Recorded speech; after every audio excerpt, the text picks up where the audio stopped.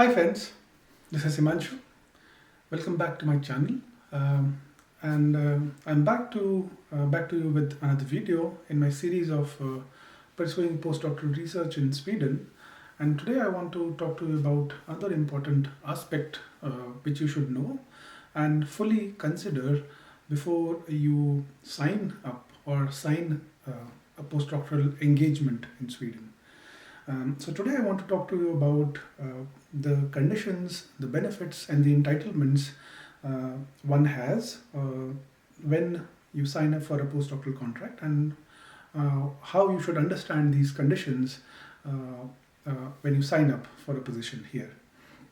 So uh, before you sign up or before you are actually applying for this position, the kind of contract that you can get may depend on how many years after your PhD you're applying for a position. And this will vary, and I'll talk about this when in the kind of contracts which I'll be mentioning later. But typically, if you have applied for a position, you send in your application. If you're eligible for it, you may want to check in with the host lab if you're eligible for applying to a position, even if your thesis is not defended. That's less likely the case for the past 2 or 3 years, but it was definitely possible to do it a couple of years back. But this may have changed, and that's why it's important to contact the HR or the host lab to confirm if you are eligible to apply for a position, even if you have not defended your PhD or if you have a final date of your defense. Having said that, some positions are you will be eligible if you are within the first 3 years of your postdoctoral, within the first 3 years after your PhD. Though for some positions, even longer stays are eligible, like 5 years or 8 years, but that's rare as compared to the starting 3 or 4 years of your position. So it's also important to understand the terms of the contract or the employment, because this is a document that you will need, or an agreement with your future employer you will need to apply for a visa in case you need one to come and work in Sweden. And it's common in Sweden to not actually sign an actual contract before you actually end up here. So it's possible you will only be offered like a document or a hosting agreement which says that you are being engaged on a postdoctoral or a researcher or a visiting researcher position for the next 2 years or 4 years, depending on how long the employment term is. So understanding these terms is important for both your personal benefits that you get out of this position, and also in terms of your visa conditions and your work contracts that you get here. And another thing that I can mention you at the start is that when you come here in Sweden, one way or another, you are eligible for the healthcare services, and your family is also covered, which I'll talk about differently in the following parts of the video. But generally, you have access to the healthcare at a reduced cost as Swedish residents, especially if you are staying here for at least 1 year. If you are staying less than 1 year, the conditions will be different. If you are a member of the EU or the EU affiliated states, you will be eligible for these benefits. But if you are not a member of the EU states or the EU extended list of states, then you will not have these benefits if it is less than 1 year. But if you are staying in Sweden for more than 1 year, you will be entitled to a social security number. Your family will also be entitled to that, and this will give you cover to the healthcare insurance. And in some cases also a reduced cost to the dentist visits, but that's a different. It's not the same category as the general healthcare. And if you are staying in Sweden for less than 1 year, you might be covered for your stay by your university in terms of the insurance, and your extended family or your family accompanying family will also be insured by this agency which is working with your university. However, in some cases you will need to get your own insurance if you're coming for really short terms of visits. So let's talk about the kinds of engagements or the hirings that you can be offered when you sign up for a position in Sweden. So there are primarily three types, but most often it's only the two contracts which apply to people who are starting up or are starting after 3 years of their postdoctoral after the PhDs. So the first is like a stipend or a scholarship, and this is essentially pays out researchers for a tax-free living allowance in Sweden. And this, since people don't pay taxes when they are employed on scholarships or stipends, they are not entitled to many benefits which comes with an actual salary or like a staff position. And this will include your paid vacation leave, paid sick leave, your paternity and maternity leaves which are paid for different kinds of positions but not covered here. And then you also do not contribute to the to the pension and the unemployment benefits. So these are some of the things which you will not be contributing to since you are not paying taxes. And this can be sometimes problematic if you are expecting or you are expanding a family and you would need to have those benefits maybe 6 months or 1 year down the line. However, having said that, you can also have this engagement or this chat with your future employer, like if they would be okay to have you take this like a small or a long break. But this is essentially between you and your employer when you sign up for a stipend position. And it's also common for people to take an actual vacation, even though there is no paid vacation which is included in salary or stipend contracts. People do go on vacation which can be even up to a couple of weeks. So just by engaging with your employer and the university HR.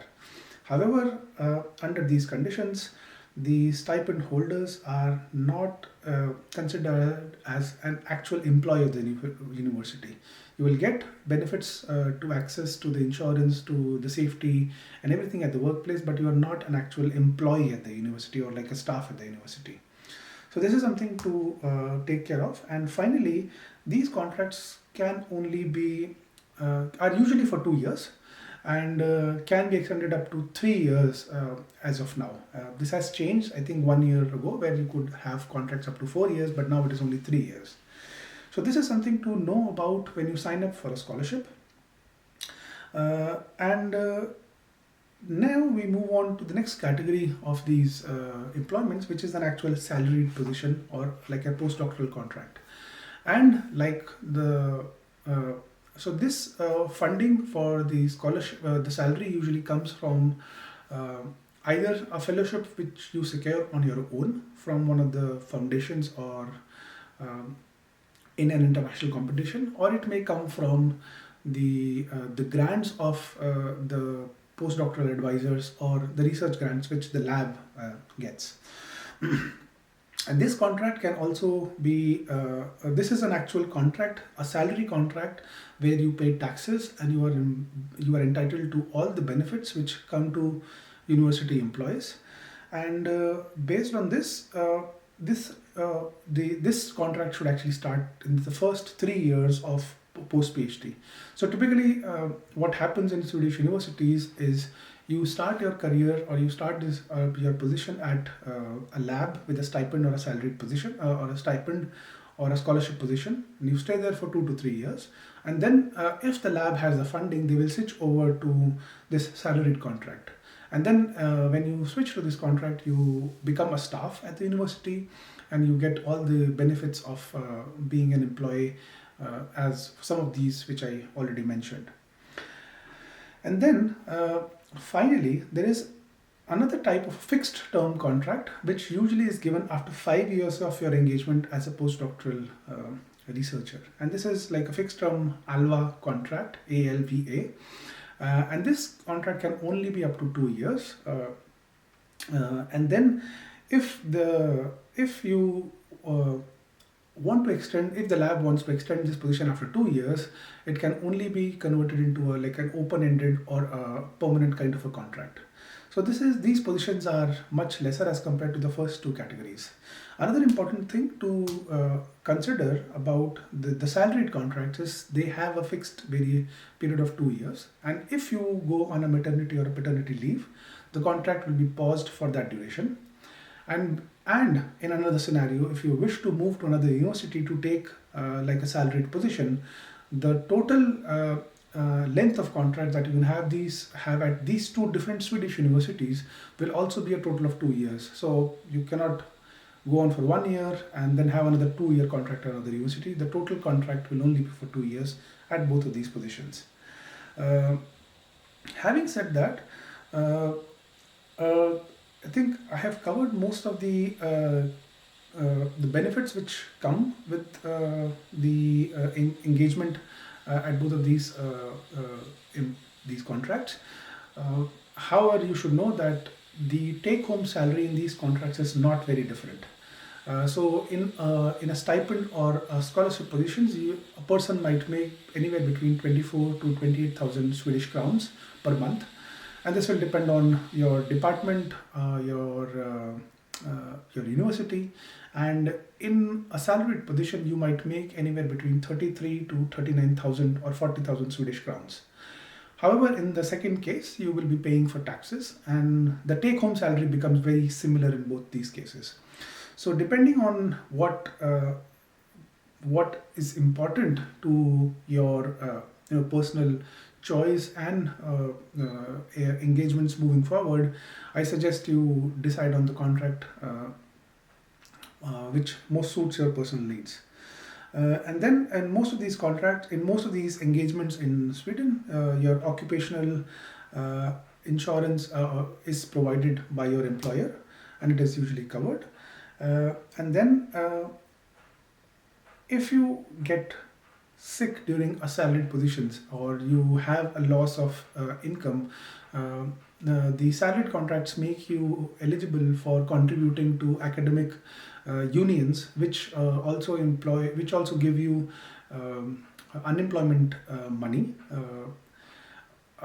if you have been contributing to that organization for at least 1 year.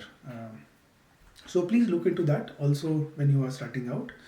And then if during your stay at Sweden, also the contract has these terms that if you're traveling for work and business outside Sweden or in Sweden, you will also be insured by some kind of a travel insurance or a health insurance from the university.